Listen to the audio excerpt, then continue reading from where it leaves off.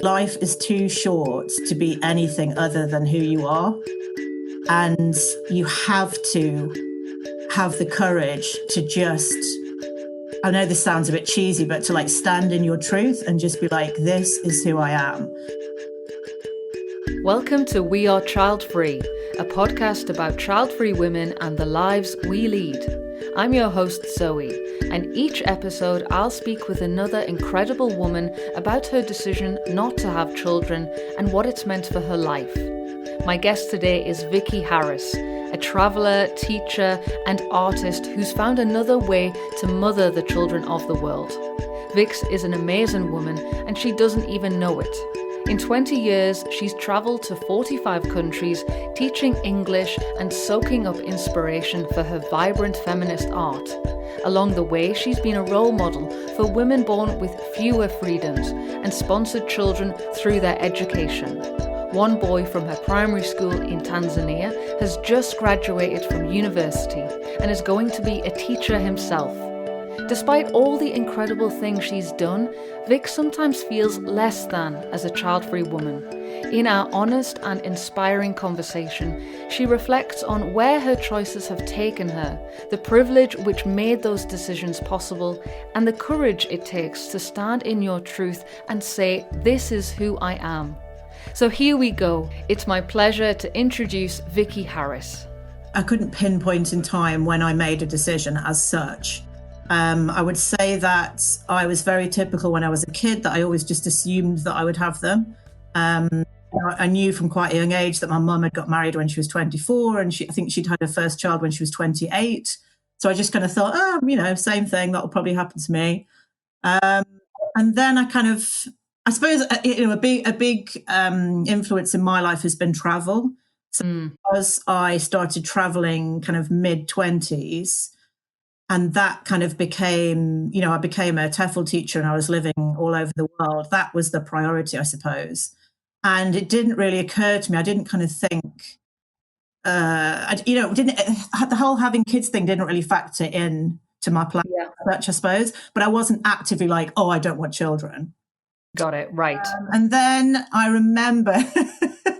remember after teaching in Vietnam for a year, I think I was 36. Maybe I think it was about 36, 37. And I did a year in Vietnam. And then at the end of that year, I decided to travel around Australia to visit some of my Australian friends for 6 weeks before going back to the UK. So I did that. And every friend that I stayed with, apart from one, had kids. When you're staying in someone's house, intense. Yeah, and I think I kind of already knew that it wasn't something that was a priority for me. But like I say, I hadn't really decided, I don't want them. Right. But after that trip, I think I realized at that point how important it was to me to have my own space, to have peace and quiet when I need it, to have that choice, I suppose. And then I started seriously thinking about, maybe you're not going to have children. And I think that was combined with me not being in a serious relationship at that time. And I haven't really had a serious relationship for quite a few years. Again, it hasn't really been a priority. Yeah. I think for me, it was more a kind of gradual discovery. And then when I got to my late 30s, I was much more certain about it. And now I'm 46. And so I would say the older I get, the more certain I become. And where did you grow up, Vix? I grew up in a very small village in Staffordshire, so, countryside. Okay. And then when I went to art college in Winchester. And when I was away at university, my parents moved to a town that's about 20, 30 minutes away, which is where I'm now living, Ashbourne, right. Derbyshire. So I've always lived in very kind of rural areas. But obviously when I was teaching abroad, I was usually in cities. But yeah, I've moved around a lot. And I think that's also why I kind of got away with, in inverted commas. Yeah. And also why a lot of people didn't really ask me about it because I was always moving. I'd do like a year contract. My first job was in South Korea, and then I went to Hong Kong, and then I went to Spain and Tanzania, and you know what I mean? I just constantly kind of moved around. And so when you do that for a job, you do meet a lot of other women who are kind of doing the same thing. Right. Their priority is not to settle down and have kids, you know? So did you notice any kind of cultural differences between the countries that you were living in about how women? Yeah, I mean, I'd say most of the teaching I've done has been in Asia. So Mm. Korea, for example, that was in 2001 that I first went there, and I would have been, I think it was 27 or 28. And at 27 and 28, that was a big deal that I wasn't married and didn't have children. Oh, wow. Okay. And that would get commented on, you know?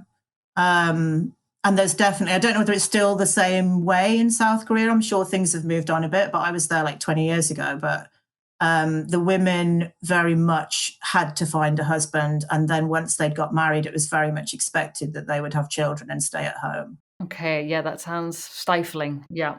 Yeah, but it's quite interesting though, because when you live in those places and you get to know your students, and so for example, when I was living in Vietnam, it was very much the case there as well.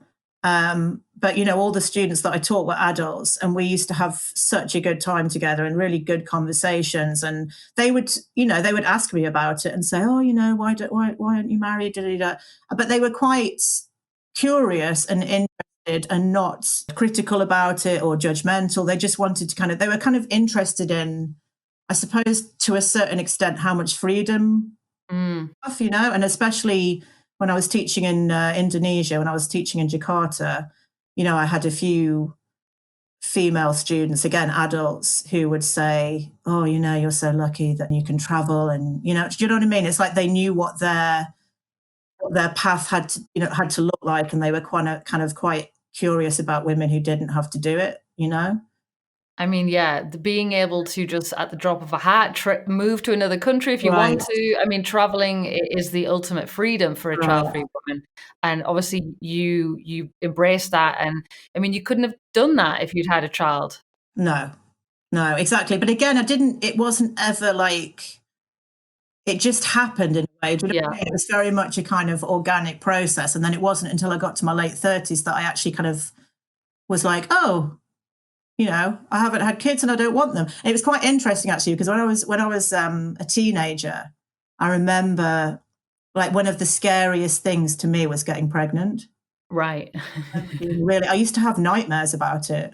Oh, wow. Okay. And I still occasionally do, not so much anymore, but in the last maybe 5 years or so. But I would have nightmares where I was pregnant and I would just be like, oh my God, what am I going to do?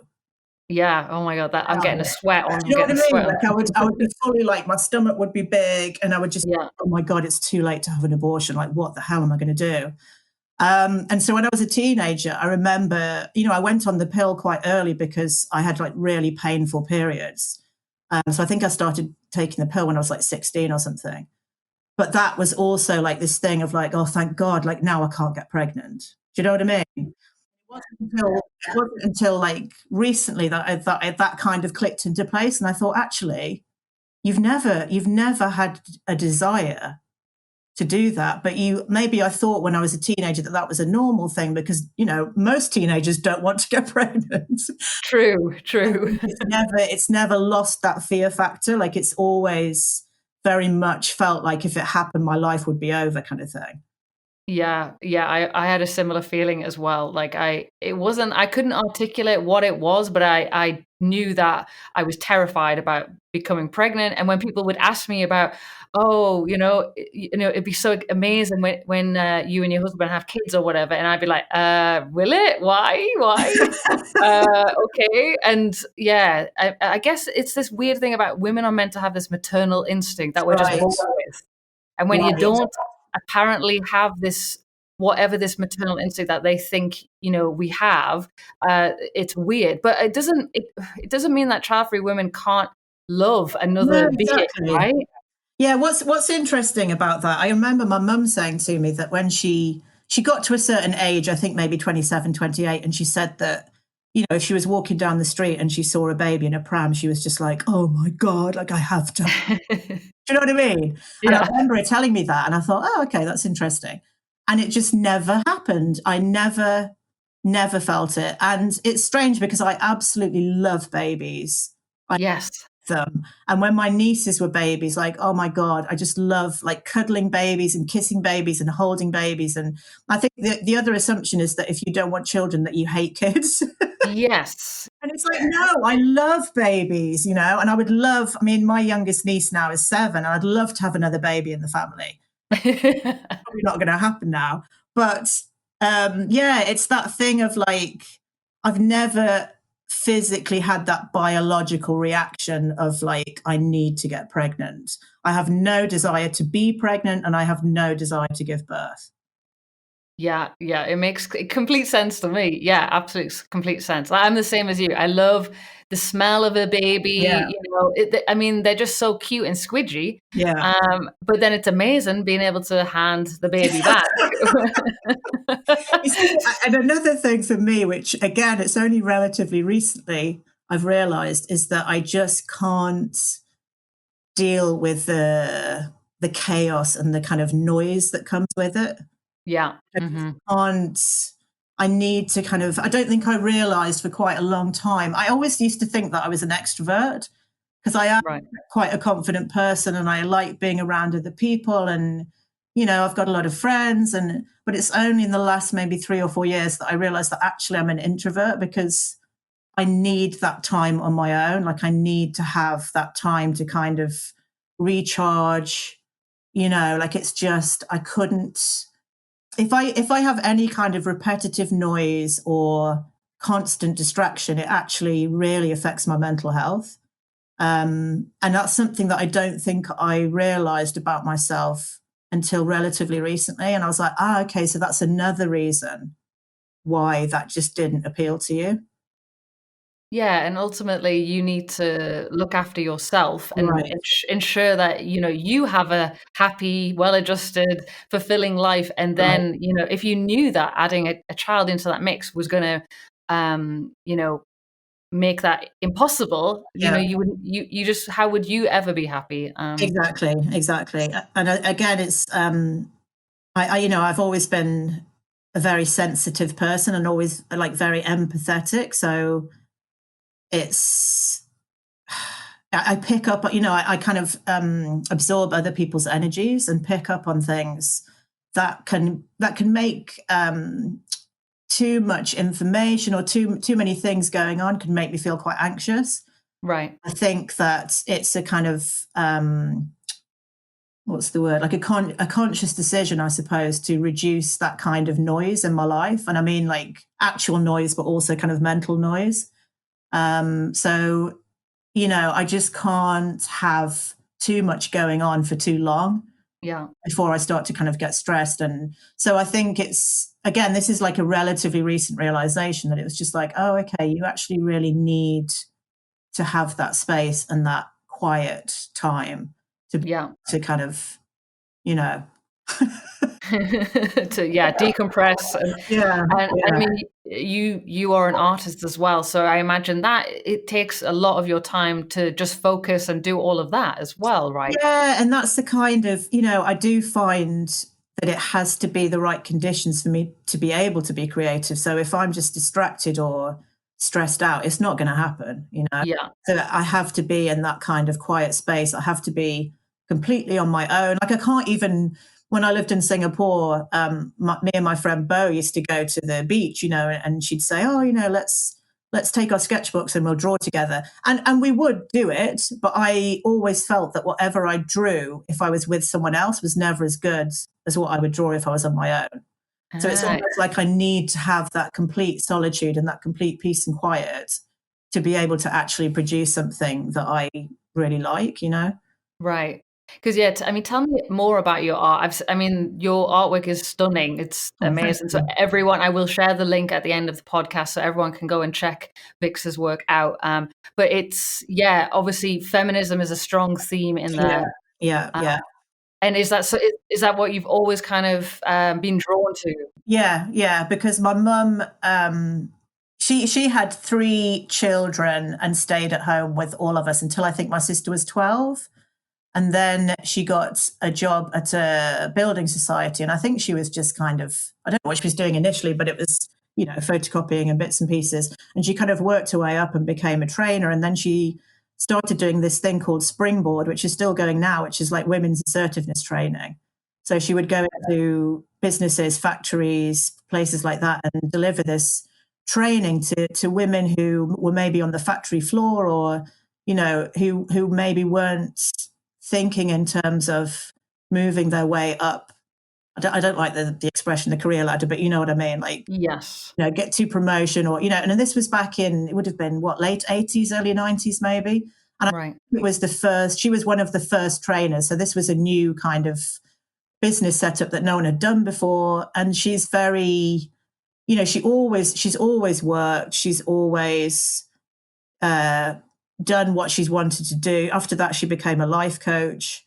So, Oh, wow. you know, very much like she somehow got this really fine balance down between being an excellent mum, Yeah. spending time with us, but also never not doing what she wanted to do. Do you know what I mean? And my Yeah. very supportive of that as well. So I've always had her as a role model in that respect. And then I think, you know, traveling around and living in different countries and seeing how women are treated in different places, and obviously recognizing the privilege that I have in having a British passport and being able to just teach English for a living, and, you know, Yeah. all of these things that a lot of women just don't even, I mean, even just getting an education, you know. I think that's always been really something that I've thought about a lot. And yeah, it's just a part of who I am, I suppose. I mean, when you messaged me as well, when you initially wrote to me, you talked about how you were sponsoring one of the kids from your class in Tanzania, and Yeah, you know, you said something really beautiful about that you had mothered him in a way that had impacted both of your lives in such yeah, a positive way. Can you tell yeah. me more about that? So my parents met in Kenya. They got married in Nairobi. My sister was born in Nairobi. And then they moved back to the UK and they had me. And then Right. they bought a house and everything, had me. And then after a couple of years, my dad got a job in Malawi. So then they moved to Malawi, and that's where my brother was born. So I grew up, you know, our house had lots of, like, you know, photos that my dad had taken on safari, and like African drums and statues. And I was surrounded by all things African, basically. Right. When you know, I was creative from quite a young age, and a lot of my projects that I did at school were based on African textiles or African tribes, or that I was just obsessed with it. So I got to a point, I always wanted to go back, because I mean, I lived in, I'm not sure how long I was in Malawi for, maybe 3 or 4 years. I wasn't there for long, but I do remember bits and pieces about it. But I always wanted to go back, and I just thought, I don't want to just go back for a holiday. I want to have like you know, a chunk of time where I can properly kind of get to know the people, and, you know, just be absorbed a bit by the culture and everything. So I did 3 years teaching in Hong Kong, and at the end of those 3 years, I thought, you know what, I've saved some money. If I don't do this, I'd literally been talking about it for about 5 years. I've been saying, oh, I'm going to go back to Africa and I'm going to do this. And you know, one of my friends was like, stop talking about it and go and do it. Fair enough. I got to the end of these 3 years in Hong Kong. And I was like, right, this is your opportunity, because you've got some money behind you. You could go and do voluntary work and live there and, you know, do something like that. So I did a bit of research, and I found this British organisation called Mondo Challenge. I think they're called Mondo Challenge Foundation now. So I got in touch and I said, look, I really want to go to Kenya, because, you know, that's where my parents met, and da da da da. And they got back to me and said, we don't really need you in Kenya, but we do need you in Tanzania. And at this point, I think I had 6 years of experience as an English teacher. So they said, you know, we can place you in a Tanzanian primary school teaching English, etc. So I was like, yeah, brilliant. So yes, I ended up living with a family in a quite a large village, actually. So the north of Tanzania, so just kind of not far from the border with Kenya, there's a town called Arusha, which is where a lot of tourists go to do, you know, the Serengeti and Ngorongoro crater and all of those kind of things. So it was a village that was about 20 minutes from Arusha called Ngaramtoni. And I struck gold, because the family that I lived with were absolutely, I mean, you know, it's 13 years later and we're still madly in love with each other. Oh, that's And then awesome. messaging me and phoning me and, oh, Vicky, their eldest son is getting married on the 26th of December. So they're like, Vicky, you've got to come to the wedding. And, Oh, that it's not the best time to be traveling. And oh, that's they are just the most beautiful people I could ever have met. And I had a student in my class who had the biggest smile you've ever seen, would always have his hands up, like always wanted to answer the questions, really enthusiastic, just a lovely, lovely kid. And at the end of the 3 months that I was teaching, they had exams and he was getting like 80, 90% in most of his subjects. So I just thought, oh my God, like if this kid, is kind of given the opportunity, he could totally go and, become a doctor or whatever he wanted to do, essentially. yeah. I spoke to one of the Tanzanian teachers and I said, is it possible to meet his family or, what's the situation kind of thing? So I went to meet his father, who's just the loveliest man ever. He's a farmer. Right. He's got 7 kids. He was taking care of 7 kids. Wow. Or what happened with the mum, but the mum wasn't around. I don't know whether she died or I'm not sure. But yeah, so Dabiri was, I think, the fourth of the 7 children, I think.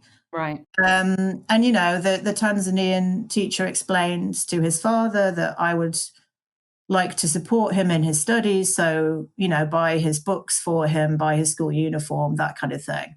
And he still, I think at that point, he still had another year or so at primary school, I think. So it just started with me basically sending £10 a month, and that covered books and whatever he needed. And then it kind of turned into, like, after I got home, I was telling friends about it and family members, and they were like, oh, we'd love to get involved. What can we do? So I was just really lucky because the father of the family that I was living with, Mr. David, was like a real kind of pillar of the community. Like everyone knew him. He knew everybody. He was really proactive. He loved kind of getting involved in projects and supporting his community. And he was the person who was like checking up on the kids. And, so we ended up altogether, I think we ended up sponsoring about 10 kids. Wow. And basically kind of putting them through school and getting their books and their uniform and everything. And all of those children, as far as I know, have graduated secondary school. Oh, that's amazing. But Dabiri went on, not only did he do secondary school, he then went on to university in Dar es Salaam, and he is now in his final year and he is going to be a teacher. Wow, that's amazing. When he told me that, I was just like, oh my God, like 13 years ago, I was your teacher and now you are a teacher. And I'm not saying, don't get me wrong, like that is not all down to me. No, but he's got a very supportive family. Mr. David has just done so much to encourage him. And he's just, that I could just tell when I met him that he just wanted to learn, just wanted to study. And his English is brilliant. So we have WhatsApp messages all the time and chat to each other. And I'm trying to learn Swahili at the moment, so he helps me with that. Oh wow. Yeah, I think he's something like, what would he be now? I think he's like 23, 24. That's amazing. Yeah. I mean, that's the thing. It's like, child-free women are often painted as not being useful in this society. Like because we don't want to have children and we can't have them, we're not going to give anything back to the society. And I kind of view it in such the opposite way, because when I'm talking to child-free women, they're telling me about the impact that they have. That is you, Vicky. You are having such a positive impact on so many different people's lives. But take into consideration the environment and all those extra factors. But I see child-free women as having this amazing positive impact on the world, and that's what we need. That's what we need to actually be talking about. Not that we are, we're somehow lacking. Yeah, which is it's so ridiculous in my eyes. It's funny. It's interesting you should say that, because it did just occur to me actually that maybe one of the reasons that I kind of minimized the whole teaching thing. Right. I think that generally speaking, and this is a generalization, that women are kind of taught to minimize, right? And just, oh no, it's nothing. Oh no, And I think I kind of fell into that trap. And so I didn't really look at what it was that I was doing and how I am helping people, because I didn't go down the traditional route of getting married and having kids. And it's almost like that is celebrated more, and that is more of an achievement than doing anything else, right? So I think in my own head, I minimized what I was doing and didn't see it as that important because I hadn't gone down that traditional route. That makes complete sense. I mean, I catch myself doing it in my own life and work, where I'm like talking down about myself, and I'm like, well, hang on, why am I doing this? Because it's we need to empower women to feel like they are having a positive impact on this world, and it doesn't need to include children. It doesn't. No, and I think we're at a really exciting time as well in that respect, because I do think that things are starting to change. There's definitely a bit more understanding in terms of what women are capable of, which, doesn't have anything to do with having babies, right? Like there are more opportunities now for women who've chosen not to do that. And I think women who don't have children definitely feel more empowered and like they have more options. And, it's no longer that thing of like, oh, like, let's feel sorry. Obviously there are women who can't have children. That's a completely different thing, I think. I think if you have decided that that is not for you, then there are so many more. I mean, even, just this podcast and your website and everything, it's like, would that have existed 10 years ago? I don't know. Just to hear, like, one of my favorite people is Elizabeth Gilbert, the writer. And whenever I listen to her on podcasts, when she talks about this, I just think, oh my God, there's so many great women out there now who have chosen not to have children and who are very vocal about it. And so we have these role models now, which maybe we wouldn't have had 10, 20 years ago, Yeah. And I mean, you told me earlier about you have a group of friends, and most of them don't have children as well, right? I would say, yeah, my 4 or 5 closest friends do not have kids. And I think that's part of the reason why we're so close. I mean, it's interesting because my friend Lisa, who's one of my best mates, who I've known her since I was like 7 or something. So let's say, for the sake of argument, like 30, 40 years. Yeah. She ended up not having children. So it's not like I met them recently and was like, oh, you don't have kids either. Great. Do you know what I mean? It's like, these are friendships that I've had for decades, and we just went in the same direction. We just, for different reasons in some cases, we were just like, yeah, it's not for us. And I feel so lucky in that respect, because I have such interesting conversations with those women, partly sometimes about this, about not wanting kids and about feeling marginalized sometimes, but those friendships are so important to me, because the depth of those friendships is, it's incredible. I can show up 100% with those women and be completely me and not feel like I have to kind of agree to something I don't want to do or talk about something I don't want to talk about. And I don't want to be, I don't want to sound negative about my friends who do have kids, but I do feel like there are certain things that you stop talking about after people have children, because it's almost like the conversation returns to a kind of surface level. Right. And this is a generalization. I'm not saying it happens for everyone, but I do feel like there's this assumption that you're going to be interested in their children. Yeah. Which, and it might sound harsh, but I'm not. No, it doesn't sound harsh. I don't mean that in a harsh way, but I just want to be honest about this. I'm not interested in talking about other people's kids. No, I mean, why would that assumption be that you would be interested in talking about someone else's kids? We don't assume that they are interested in talking about, I don't know, my random stamp collection or whatever it is. Like, that's the thing, though, isn't it? There is an assumption. There is an assumption that you will want to talk about them, that you will want to spend time with them. Yeah. And I think that is one of the trickiest things to deal with when close friends have children, because I don't change, right? I don't change. I'm still interested in the things I'm interested in, and I still love having really in-depth, interesting conversations. But if you then can't do that anymore, and if you have to be talking about what school you're trying to get them into, or, whatever it is, You do have this, I have a feeling of guilt of not wanting to talk about that. It's like I can't feign interest in something that I'm just not interested in. So then you do, the friendship does shift somewhat, and you kind of lose that depth of conversation. And that's the thing that I struggle with, because of the way I am and because of how I think and everything. It's like I need those deep conversations. And you can't have those if you're constantly distracted or if you're thinking about other things, So, and you don't have the time for it either. Like once you have kids, so much less time for those kind of things, to talk. I've got a friend, my friend Jen. Shout out to Jen, who lives in Singapore. Actually, talk on the phone for like 5 hours at a time. Oh wow! we have to like block off a whole morning or an afternoon.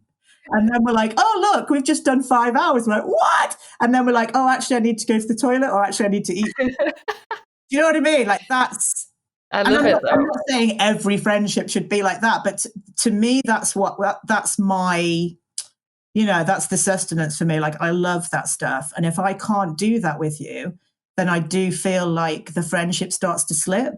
Yeah, I mean, that makes sense, doesn't it? And that's the thing. I hope with this podcast, with the community that we're building, I don't want any woman to feel that they're alone because they don't have friends who made the same, because that's the reality. We know that, if you do have friends and they have kids, it's going to change. Your relationship will change. And I'm kind of, I've got 3 friends who've had kids this year, and now they're slowly starting to overtake my child-free friends. So now I have to accept that maybe people who I know are going to change. So can I build a community around me of child-free women that maybe they don't even have to live in my city, or my country, right. But just knowing that other child-free women are out there and loving their lives, living their lives, like it's the best feeling, I mean, what would you say, there are lots of child-free women who can't be so open about this decision, or maybe they do feel alone as well. So what would you tell them? What one thing would you tell them? This is more of a general point, which is something that I have come to relatively recently. It's that thing of, life is too short to be anything other than who you are. And you have to have the courage to just, I know this sounds a bit cheesy, but to like stand in your truth and just be like, this is who I am. It's so important to get to that point in your life where you're just like, look, this is who I am. And if you don't like it, tough shit, And if, sometimes that does mean that friendships drop off. And sometimes that does mean that someone who you thought you were really close to actually isn't the person you thought they were. But I think it is much, much better to be surrounded by 2 or 3 people who totally get you and accept you for who you are than, hundreds of people who don't get you or are expecting you to be something other than who you are. And I think it's that thing of getting to know yourself so well that you will make decisions for yourself regardless of what anyone else's opinion is on that. And I think the lovely thing about getting older is that becomes easier to do. It just, for some reason, it's, especially for women, I think, once you get into your 40s, it becomes very much, do you know what? I'm just going to start doing the stuff that I need to do for myself, and everyone else can slot into that. And if they don't want to, then they don't have to. I think that's a wonderful message, Vicky. I mean, you have to embrace the life that you want to live. And, we only get one chance, so we have to live it. Thank you so much, Vicky, for sharing your amazing life and experiences. I mean, you've traveled so many. I think I read that you traveled to how many countries in 2030 countries in 20 years? I don't know, but I've done 45 altogether. So. 45 in 20 years. I mean, you have done some incredible things with your life. And I'm so impressed and amazed at what you've been able to accomplish and the impact that you do have on people's lives through your teaching. So please never, ever doubt the impact that you do have. Oh, thank you. We Are Childfree is hosted by me, Zoe Noble, and produced by James Glazebrook. If you liked this episode, please leave a 5-star review on Apple Podcasts, as this really helps other people find us. Head to WeAreChildfree.com to read more stories from incredible child-free women and find out how to share your story with me. Speak soon, lovelies.